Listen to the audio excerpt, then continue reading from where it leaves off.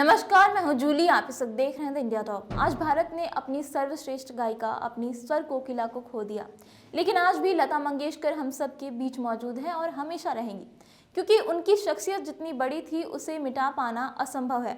उन्होंने बॉलीवुड को जितने गानों से नवाजा है, उन्हें सदियों तक सुना जाएगा और लोग उन्हें सदियों तक पसंद करते रहेंगे जिस तरीके से वो आज उन्हें पसंद करते हैं। जाहिर सी बात है, जब इतनी बड़ी हस्ती का निधन होता है तो उनसे जुड़ी कई सारी पुरानी बातें भी एक बार फिर से उभर कर सामने आने लगती हैं। ऐसे में अब जब आज लता मंगेशकर का निधन हुआ है तो उस बात के बारे में सब चर्चा करने लगे हैं, जब लता मंगेशकर ने बताया था कि उन्हें जहर दिया गया था। जी हाँ, लता मंगेशकर को काफी सालों पहले जहर देकर मारने की कोशिश की गई थी और इस बात का खुलासा खुद उन्होंने ही किया था। लता मंगेशकर के बारे में कहा जाता है कि जब वो 33 साल की थी तब किसी ने उन्हें जहर देकर मारने की कोशिश की थी। एक बार खुद लता मंगेशकर ने इस कहानी के पीछे से पर्दा हटाया था। उन्होंने एक बातचीत में कहा था, हम मंगेशकर इस बारे में बात नहीं करते क्योंकि ये हमारी जिंदगी का सबसे भयानक दौर था। साल था 1963। मुझे इतनी कमजोरी महसूस होने लगी कि मैं बेड से भी मुश्किल से उठ पाती थी। हालात ये हो गए थे कि मैं अपने दम पर चल फिर भी नहीं पाती थी। लता जी की माने तो इलाज के बाद वो धीरे धीरे ठीक हुई। वो कहती हैं, इस बात की पुष्टि हो चुकी थी कि मुझे धीमा जहर दिया गया था।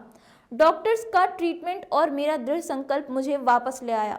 3 महीनों तक बेड पर रहने के बाद मैं फिर से रिकॉर्ड करने लायक हो गई थी।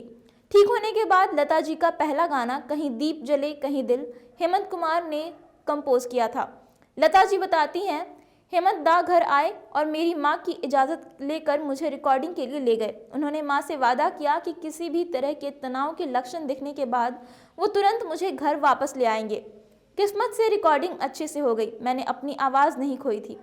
लता जी के इस गाने ने फिल्म फेयर अवार्ड भी जीता था और इसी तरीके के तमाम किस्से हैं जो कि लता मंगेशकर से जुड़े हुए हैं। लेकिन आज जब उनका निधन हुआ तो ये किस्सा जो है, जब कहा जाता है कि लता मंगेशकर को जहर दिया गया था, वो अब लोग फिर से याद करने लगे हैं। लता मंगेशकर के मुताबिक उनकी रिकवरी में मजरूह सुल्तानपुरी का अहम भूमिका था। वे बताती हैं, मजरूह साहब हर शाम घर आते थे और मेरे बगल में बैठकर कविताएं सुनाकर मेरा दिल बहलाया करते थे। वो दिन रात व्यस्त रहते थे और उन्हें मुश्किल से सोने के लिए कुछ वक्त मिलता था, लेकिन मेरी बीमारी के दौरान वे हर दिन आते थे। यहाँ तक कि मेरे लिए डिनर में बनाकर सिंपल सा खाना भी लाते थे और मेरे साथ खाने में मुझे कंपनी देते थे। अगर मजरूह साहब ना होते तो मैं उस मुश्किल घड़ी से अपने आप को उबर पाने में सक्षम नहीं होती। जब लता जी से पूछा गया कि कभी इस बात का पता चला कि उन्हें जहर किसने दिया था, तो उन्होंने जवाब में कहा, जी हाँ, मुझे पता चल गया था, लेकिन हमने कोई एक्शन नहीं लिया क्योंकि हमारे पास उस इंसान के खिलाफ कोई सबूत नहीं था। आपको बता दें कि बॉलीवुड हंगामा की एक रिपोर्ट के मुताबिक जब लता जी से पूछा गया कि क्या सच में डॉक्टर्स ने उन्हें कह दिया था कि वो फिर कभी नहीं गा पाएंगी, तो जवाब में उन्होंने कहा, ये सही नहीं है। ये मेरे धीमे जहर के इर्द गिर्द बुनी गई एक काल्पनिक कहानी है। डॉक्टर्स ने मुझे नहीं कहा था कि मैं कभी गा नहीं पाऊंगी। मुझे ठीक करने वाले हमारे फैमिली डॉक्टर आरपी कपूर ने तो मुझसे ये तक कहा था कि वो मुझे खड़ी करके रहेंगे। लेकिन साफ कर देना चाहती हूँ कि पिछले कुछ सालों में ये गलतफहमी हुई है। मैं अपनी आवाज़ नहीं खोई थी और अभी भी मैं उतना ही गा सकती हूँ। ये बात लता मंगेशकर ने तब कही थी जब उनसे पूछा गया था कि वाकई में क्या उन्होंने अपनी आवाज़ खो दी थी, क्या उन्हें डॉक्टर्स ने ऐसा कहा था कि वो जहर की वजह से अपनी आवाज़ खो देंगी। तो इसका खंडन उन्होंने किया था कि नहीं, ऐसा कुछ नहीं था।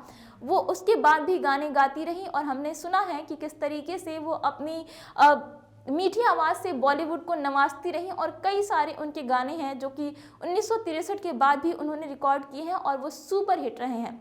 आज भी उनके गानों को लोग काफ़ी पसंद करते हैं और उन्हें सिर्फ भारत ही नहीं बल्कि देश के बाहर भी, अलग अलग देशों में भी सुना जाता है। दुनिया भर के लोग जो हैं वो लता जी के प्रशंसक हैं और आज उनके निधन पर सभी को यकीन नहीं हो रहा है कि हमने वाकई में अपनी स्वर कोकिला को खो दिया है। फिलहाल इस वीडियो में इतना ही। ये वीडियो आपको कैसा लगा हमें कमेंट करके ज़रूर बताएं।